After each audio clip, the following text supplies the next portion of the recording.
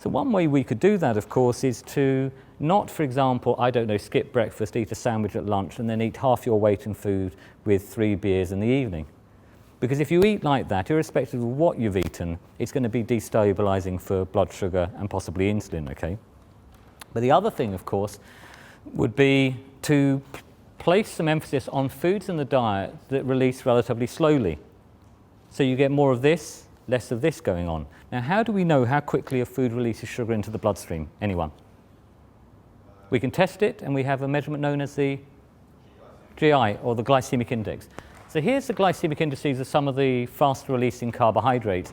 Now, glucose, that's pure sugar, is given a value of 100. Just so you know, when we put sugar in our coffee or tea or on our cereal, that is called sucrose. It's half fructose and half glucose.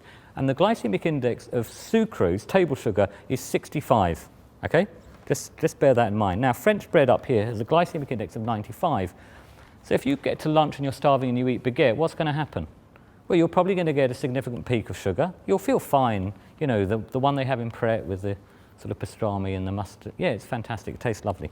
But you've got a very good chance of having a peak of sugar and insulin that may dump you with low blood sugar at, say, I don't know, 3 or 4 o'clock in the afternoon. So if you feel rubbish at 3 or 4 o'clock in the afternoon after eating a baguette-based lunch, it's because you've eaten a baguette-based lunch, probably, okay? Baked potatoes, they're like icons of healthy eating. Are they really healthy? So why do we say baked potatoes are healthy? Because they're high in fiber and low in fat. These carpet tiles are high in fiber and low in fat. It doesn't make it good to eat, does it? But the bulk of what you're eating there is actually quite fast-releasing carbohydrate. So if you eat a baked potato of about this size, it's a bit like spooning that much sugar into your mouth, which is actually quite disruptive. Wholemeal bread, shredded wheat are down here. Then we've got pasta. It's not as bad, but it's still relatively fast-releasing. And one of the problems with these foods is that it's not just that they're relatively fast-releasing, it's that when we eat them, we often eat a lot of them, okay? So if you look at, you know, pasta and kiwi fruit, they have similar glycemic indices, but they're not similarly disruptive necessarily. Anyone here ever come home quite hungry, quite late at night and needed something quite quick to eat and then eaten a big bowlful or plateful of pasta? Has anyone here ever done that? So this is relatively fast releasing. You've had it in significant quantity. It's going to be quite disruptive. Who here, however hungry you've got, have come home and polished off a big bowlful or plateful of kiwi fruits? Anyone? You at the back. There's always one. Usually female.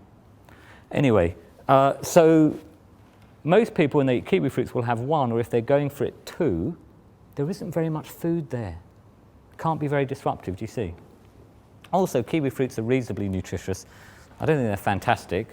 For me, something more nutritious might be a piece of meat, but they're not bad. Pasta is ostensibly made from refined wheat. And what's in refined wheat other than carbohydrate? And the answer to that is nothing. It's basically a bowl of sugar, not much else. That's more fodder than food. Rice, white rice, what's in it? It's a bowl of sugar, really, just so you know. Now, if we were thinking about eating carbohydrate, how about slow-releasing carbohydrates that are more nutritious? Would that make sense? Probably. So what have we got? This is a bit depressing, but just so you know, beans and lentils, fruits and vegetables, other than the potato, pretty much fall into these categories. But you might be looking at this list and saying, well, I don't mind eating broccoli and chickpeas and butter beans, but if my diet is going to be based on these foods for me to have a nice, long, healthy life, I may as well be dead. And if you feel that way, I empathize with you, but I've got some good news for you. And that's because there's a whole bunch of foods that we haven't discussed in this section because they don't contain sugar and they can't disrupt blood sugar. And these are foods rich in what?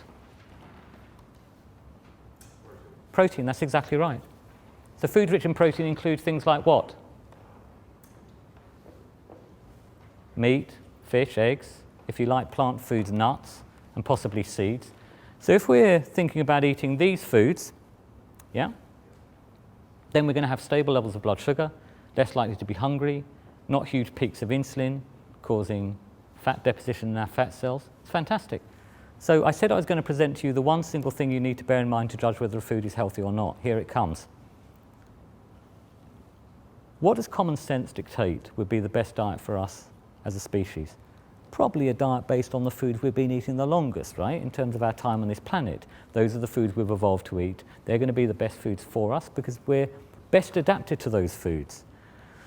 So how long have we been on this planet? It depends who you ask, but evolutionists roughly agree on this figure of about 2.5 million years. Now, for most of that time, we've been hunter-gatherers, right? Eating hunted and gathered foods, these foods. When did we start to eat grain? Anyone? About 10,000 years ago, that's right, okay? Relatively recent in evolutionary terms. But it's not just a theory, because we saw generally how disruptive grains can be to our chemistry. We saw they're not fabulously nutritious either, generally speaking, okay? Now, if you go along with this theory, you might be looking at this and then say, well, how come meat is bad, okay? Because we're told not to eat much meat, particularly red meat, particularly fatty meat. Eggs, heart attack on the plate, don't eat nuts, they're very fattening because they're full of fat. So something's wrong. Either the primal and evolutionary theory is true, or these foods are unhealthy. You cannot have both. So let's go back to the science, okay? Away from the common sense for a moment, and back to the science to look at saturated fat. Now, you'll all have heard of this. This is in red meat and eggs and dairy products. And we're told two things. It's fattening, okay? And if we eat enough of it, we're going to get what? Heart disease, that's exactly right. Well, we've just explored this. Fat is not inherently fattening. Neither do low-fat diets work for the purposes of weight loss. But why do we think that saturated fat is a cause of heart disease? Because someone basically said that in the 1970s, okay? But let me just tell you, we have had literally dozens of studies over the last 30 or 40 years that show no relationship, basically, between saturated fat and heart disease. But the most important thing is this: what happens when people eat less saturated fat? And the answer is nothing. No reduced risk of heart disease, stroke, diabetes, any form of cancer, and it does not extend life by a single day. Now, there's pretty good evidence to suggest that saturated fat does not cause heart disease, all right? That's what the bulk of the evidence shows. And while that might be a bit of a surprise sometimes, think of it in terms of primal and evolutionary nutrition. Saturated fat is a constituent in red meat. Let's say we've been on this planet 2.5 million years. How long have we been eating saturated fat for? And the answer is all the time. That's exactly right, and therefore something we should be relatively well adapted to by now. Now, could you take this principle and apply it to other foods? Here's some oily fish. These are sardines, but mackerel, trout, herring also contain what are called omega-3 fats. They appear to be good for the heart. They also appear to be good for another part of the body. Where am I thinking? The brain, that's exactly right. They appear to reduce the risk of things like depression and dementia, for example. Could we have worked it out for ourselves? Yeah, probably been eating them for a very long time. Relatively natural food, likely to be good, right? How about nuts? What are we told about nuts? Don't eat too many. They're very fatty. They must be fattening. There are over a dozen studies that have looked at the impact of nut eating on weight, and none of them found that they cause weight gain. Why not? So first of all, eating nuts is like putting the right fuel on the fire. They actually stimulate the metabolism quite effectively as well. Number two, probably not going to get huge surges of insulin from nuts because there isn't a huge amount of sugar or carbohydrate in them. And finally, they satisfy people. Whether a food is fattening or not depends on how much you eat of it to a certain degree and what you go on to eat later on. And there's a couple of things that seem to be very important here. One is the glycemic index, the slower the better, and also protein appears to be more satisfying, and nuts are relatively rich in protein. So one thing that happens when people eat nuts very often is that they just naturally eat less of other foods because they're less hungry, because they've eaten something that satisfied their appetite. Nuts also are a supremely nutritious food, okay, and quite strongly linked with a reduced risk, for example, of heart disease. Could we have worked it out for ourselves? Probably. Let's try another food, margarine. So what do we hear about margarine? It's better than butter. Why? It's low in saturated fat. But saturated fat doesn't appear to cause heart disease or anything. So that's a bit of a non-starter. The fact is margarine is generally made from processed vegetable oils. So one way you can process them is to bubble hydrogen through them at very high temperature, okay, and pressure to make oils that are now solid so you can spread them. And it also extends their shelf life. But they've only been in the diet, I don't know, a few decades, okay? So what's the likelihood that we're well adapted to these? Not high, right?